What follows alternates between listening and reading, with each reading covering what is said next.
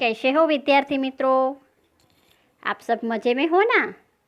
तो आज हम हिंदी विषय सीखने वाले हैं।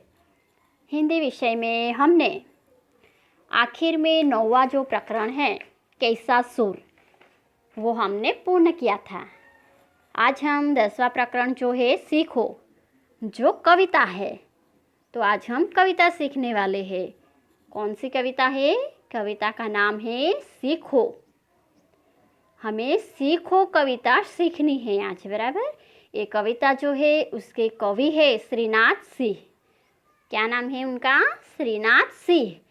तो इस कविता के अंदर जीवन में प्रकृति का बड़ा महत्व है, उसके बारे में हमें बताया गया है। प्रकृति के जो तत्व है, आप जानते हैं ना प्रकृति के तत्व कौन कौन से तत्व है?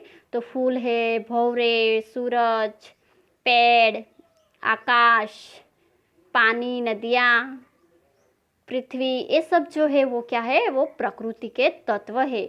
और प्रकृति का हर एक अंग जो है, यानी कि हर एक जो तत्व है, हमें कोई ना कोई सीख देता है ना। तो इस कविता के अंदर हमें जो ये तत्व, प्रकृति के जो तत्व है, फूल है, भंवरा, सूरज, पेड़, हवा आदि से जो मिलने वाली सीख के बारे में हमें यहाँ पे बताया गया है, बराबर। तो हम देखते हैं सीखो कविता। प्रस्तुत कविता प्रसिद्ध रचनाकार श्री श्रीनाथ सिंह द्वारा रची गई है। जीवन में प्रकृति का बहुत ही महत्व है।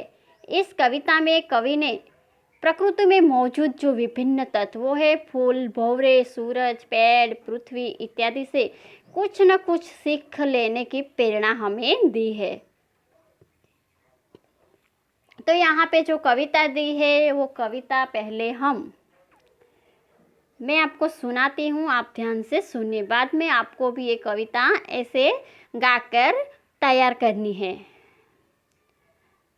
देखो, फूलों से नित हंसना सीखो, भंवरों से नित गाना, तरु की झुकी डालियों से नित सीखो शीस झुकाना, सीख हवा के झोंकों से लो कोमल भाव बहाना, दूध तथा पानी से सीखो मिलना और मिलाना, सूरज की किरणों से सीखो जगना और जगाना, लता और पेड़ों से सीखो सबको गले लगाना, मछली से सीखो स्वदेश के लिए तड़प कर मरना, पतझड़ के पेड़ों से सीखो दुख में धीरज धरना, दीपक से सीखो जितना हो सके अंधेरा हरना, पृथ्वी से सीखो प्राणी की सच्ची सेवा करना, जलधारा से सीखो आगे जीवन पथ में बढ़ना, और धुएं से सीखो हरदम ऊंचे ही पर चढ़ना। तो इस तरह आपको भी ये कविता गाकर तैयार करनी है। तो हम ये कविता के अंदर किसके बारे में हमें बताया है? तो हमें प्रकृति का जो तत्व है, प्रकृति के हर तत्व हमें क्या सीख देते हैं उसके बारे में हमें बताया है। तो पहला जो है वो उसमें क्या कहा है? तो फूलों से नित हंसना सीखो। तो फूलों के बारे में हमें बताया है, प्रकृति का तत्व जो है फूल। तो फूल के बारे में हमें बताया है। तो हम फूलों से हमें क्या सीखना है? तो फूलों से नित हंसना सीखना है। क्या सीखना है?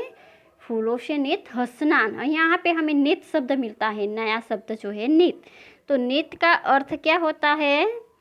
नित यानी हमेशा, सदा, प्रतिदिन। और फूल का समानार्थी शब्द भी बहुत सारे हैं। फूल यानी हम उसको पुष्प, सुमन कह सकते हैं, बराबर। हंसना सीखो। तो फूलों से हमें क्या सीखना है?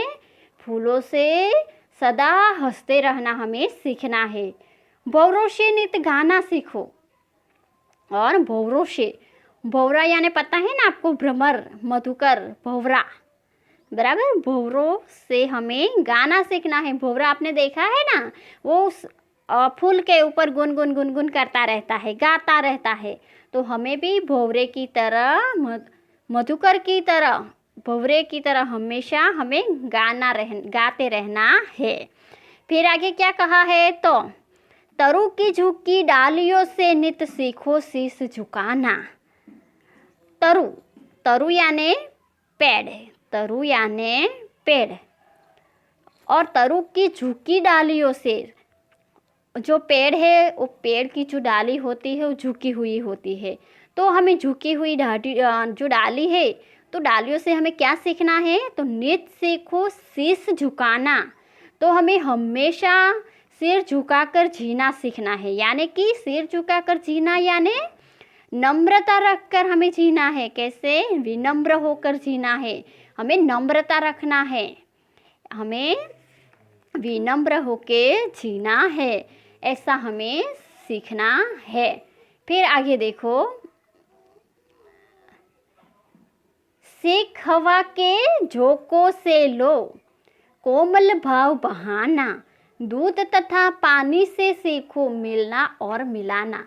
तो यहाँ पे देखो, हवा के झोंकों से क्या सीखना है, तो हमें हवा के झोंकों से मन में कोमल भाव बहाने की सीख लेनी है। क्या सीख लेना है, तो हमारे मन में कोमल भाव रखना चाहिए, हमें कोमल भाव बहाना चाहिए।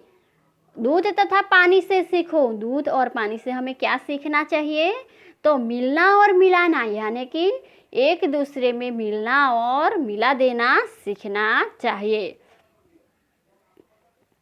बराबर। फिर आगे क्या कहा है, तो सूरज की किरणों से सीखो जगना और जगाना।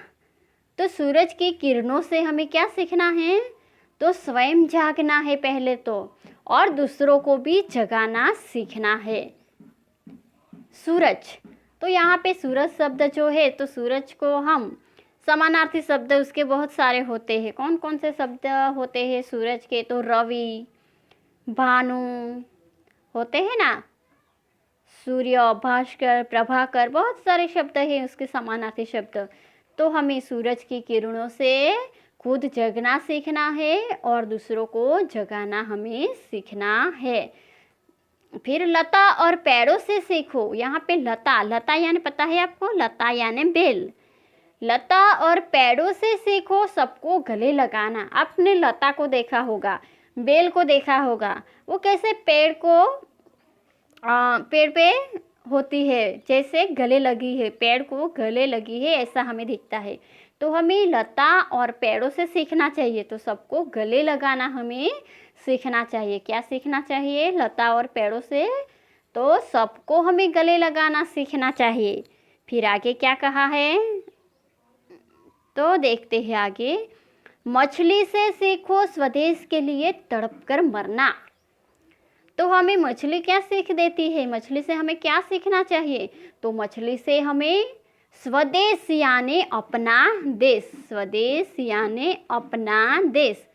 तो अपने देश के लिए तड़प तड़प कर मरना सीखो। क्या सीखना है, हमारे देश के लिए हमें मर मिटना चाहिए, देश के खातिर हम मर भी सके ऐसी सीख हमें लेनी चाहिए। किससे, तो मछली से। पतझड़ के पेड़ों से सीखो। पतझड़ के पेड़ों से हमें क्या सीखना है, यहाँ पे पतझड़ शब्द है, तो पतझड़ यानी गुजराती में पानखर ऋतु कहवाय, बराबर। पतझड़ यानी पानखर ऋतु। तो पतझड़ के पेड़ों से हमें क्या सीखना है, तो दुख में भी धीरज धरना। क्या सीखना है, दुख अगर हमारे पास आए तो हमें दुख में घबराना नहीं चाहिए, लेकिन धीरज रखनी चाहिए, बराबर। तो हमें दुख में धीरज धरना चाहिए।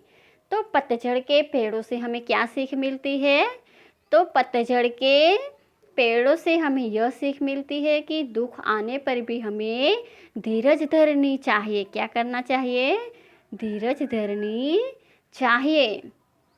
फिर आगे देखो, आगे क्या कहा है, तो दीपक से सीखो जितना हो सके अंधेरा हरना। पृथ्वी से सीखो प्राणी की सच्ची सेवा करना। तो दीपक यानी दिया, पता है ना आपको, दीपक यानी दिया। तो दीपक से यानी कि दिए से हमें क्या सीखना है, तो जितना हो सके उतना अंधेरा दूर करना हम दीपक से सीख सकते हैं। अंधेरा यानी कि यहाँ पे अज्ञान, अज्ञान दूर करना हमें दीपक से सीखना है। क्या सीखना है, अज्ञान दूर करना हमें सीखना है।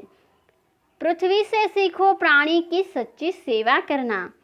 अब पृथ्वी यानी कि धरती, धरा, वसुधा, बराबर। तो पृथ्वी से हमें क्या सीखना है, तो प्राणियों की सच्ची सेवा कैसे की जाती है, यह हमें पृथ्वी से सीखना चाहिए, बराबर। फिर आगे देखते हैं, जलधारा से सीखो आगे जीवन पथ में बढ़ना, और धुएं से सीखो हरदम ऊंचे ही पर चढ़ना।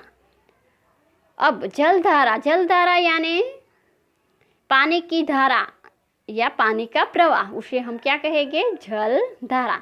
तो ये जो जलधारा है उसे हमें क्या सीखना है, तो पानी की बहती हुई धारा से जीवन के मार्ग में हमेशा आगे बढ़ना सीखना है हमें।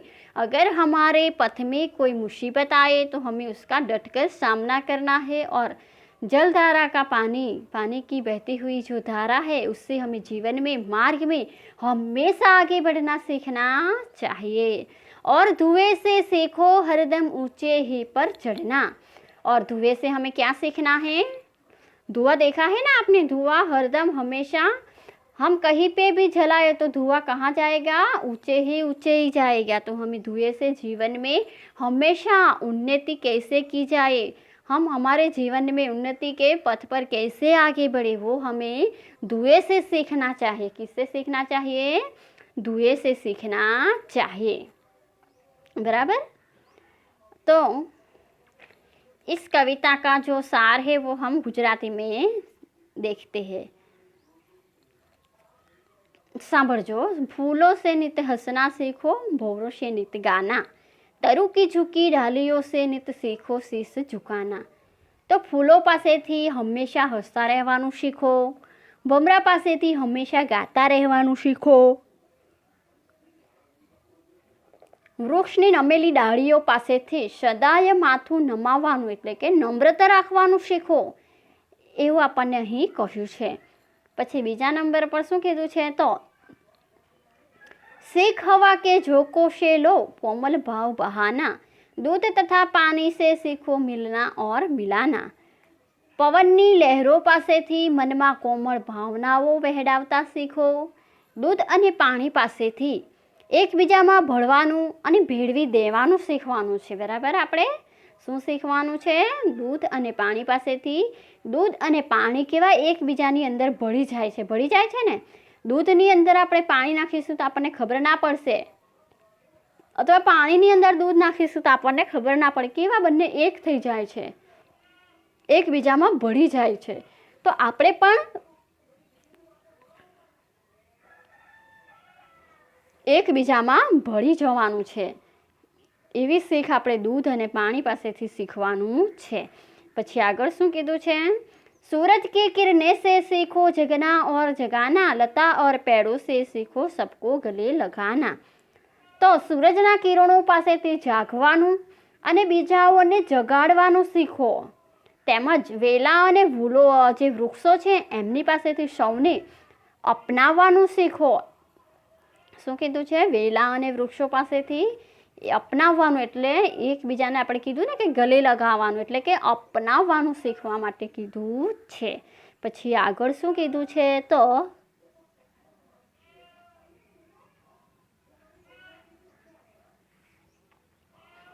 मछली से सीखो स्वदेश के लिए तड़प कर मरना, पतझड़ के पेड़ों से सीखो दुख में भी धीरज धरना। હવે માછલી પાસેથી પોતાના દેશ માટે તડપી તડપીને મરવાનું શીખો, અને પાનખરના વૃક્ષો પાસેથી શું શીખવા માટે કીધું છે, તો દુઃખમાં પણ ધીરજ રાખવાનું શીખવા કીધું છે। પાનખરની ઋતુમાં કેવા વૃક્ષના પાન બધા જ પડી જાય છે, નીચે ખરી જાય છે ને પાન, છતાં બી વૃક્ષ કશું કરે છે, કશું ના કરે, કેમ, એ ધીરજ રાખીને ધીરજ રાખે છે, કારણ કે પાનખર પછી વસંત આવે જ છે, નવા કૂપળો આવે છે જ વૃક્ષને, તેવી જ રીતે આપણે પણ દુઃખ આપણી પાસે આવી પડે તો આપણે દુઃખમાં ધીરજ રાખવાનું, ગભરાવાનું નથી, અને દુઃખમાં ધીરજ રાખીશું તો સુખ આવવાનું જ છે, એવું આપણે શીખવાનું છે. પછી આગળ છે તો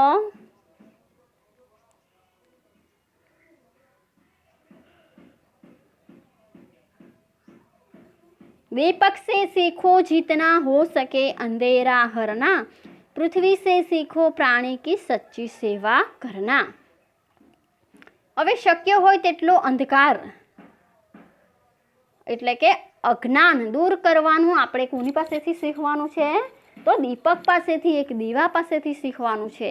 અને પૃથ્વી પાસેથી આપણે પ્રાણીઓની સાચી સેવા કરવાનું શીખવાનું છે.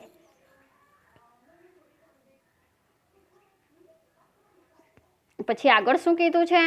તો जलधारा से सीखो आगे जीवन पथ में बढ़ना, और धुएं से सीखो हरदम ऊंचे ही पर चढ़ना.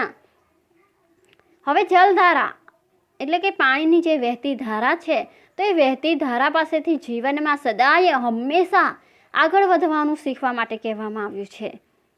નદીની જે ધાર હોય છે, પાણીની ધાર, એ કેવી આગળની આગળ જાય છે, તો એવી જ રીતે આપણે પણ આપણા જીવનમાં ખૂબ આગળ વધવાનું કહેવામાં આવ્યું છે.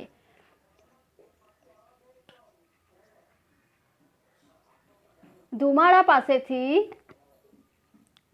પાસેથી શીખો. હંમેશા ઊંચે ને ઊંચે કેવી રીતે ચડવું, ઉન્નતિ કેવી રીતે કરવી, એ આપણે કોના પાસેથી શીખવાનું છે? તો ધુમાડા પાસેથી.